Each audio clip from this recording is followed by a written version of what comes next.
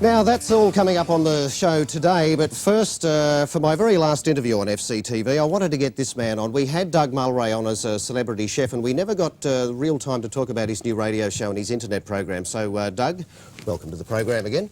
Glad to be back. I'm sorry to hear it's your last show, Doug. And you start on Monday. You've worn the morning suit just to get the right mood going. Yeah. I think it's very sad. You've been an inspiration to many partially deaf people.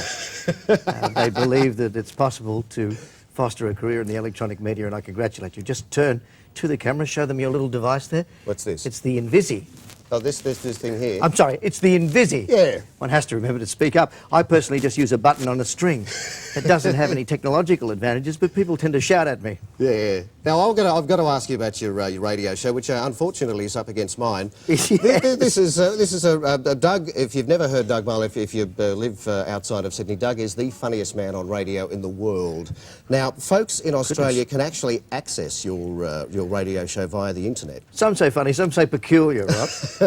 Yeah, So, we broadcast to Sydney on 2WS FM 101.7, 4 to 7 weekdays. Join us, won't you?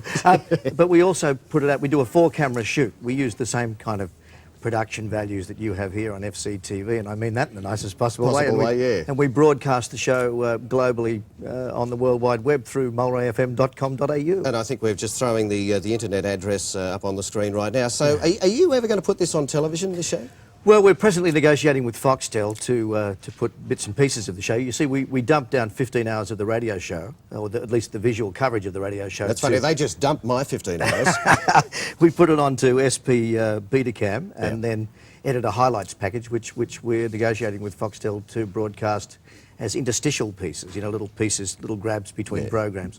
So that hopefully will come off in the next few weeks, and then, you know, looking at $19.99 for a best of show for free-to-air or again, cable, probably on Foxtel. Now, your show is full of music and fun and comedy sketches, but you also like to take the mickey out of current news stories. We've got a little cartoon from one of the newspapers today with regards to Christopher Skase not getting his residency look at that. in Spain. Look at the look of fear on his face. If I had Amanda Vanstone chasing me, I'd look afraid too.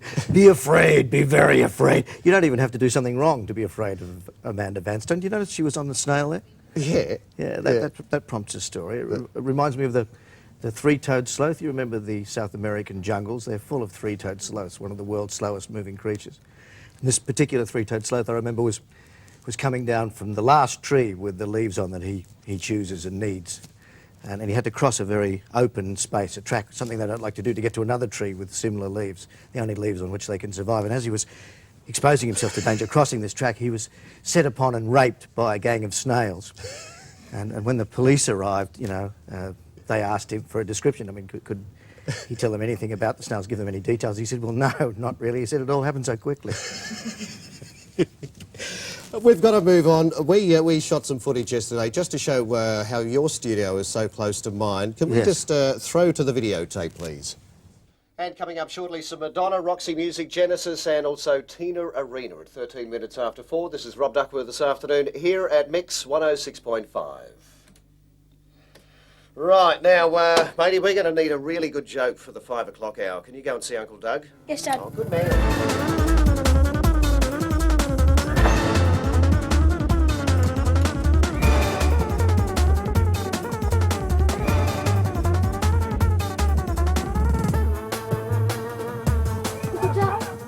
Michael, a joke, urgently. You're in luck. Jokes are us, always on the standby. Now be careful if that should fall into the wrong hands. But here's eyes only. Yes, Doc. Damn it, it's the way he tells him. He'll probably play the tag. Fabulous stuff. I know that you've got such a palatial studio. And I just want to make one small presentation to you for coming on the program today. Thank you, Les, for the fez. Mullows, Doug MULRAY has actually brought back the fez into style, and we'd like to present this to you. It's extremely kind of Isn't you. that lovely? What an unfortunate symbol I've chosen given the present hostilities in the Middle East. But there you go. Hopefully I won't be set upon by a bunch of Muslim fundamentalists on the way out to the studios of 2WS in the cab. Listen, it's nice to see that footage. Our studios are that close, and of course you and I have always been that close, even though we're in direct competition these days. And I wish you well, mate. You're a great broadcaster. I appreciate your kind words earlier, and I think television will be poorer for your departure. No, really, Duck and I are like that. Well, he's like that anyway, as you can probably tell from that suit. Yeah. What a horses! Matey, thank you very much for coming on the show again. Give us a kiss. Go on. What a great guy. Okay, now still to come on FCTV today, we meet a man who spends his days sharing his love for the Great Barrier Reef.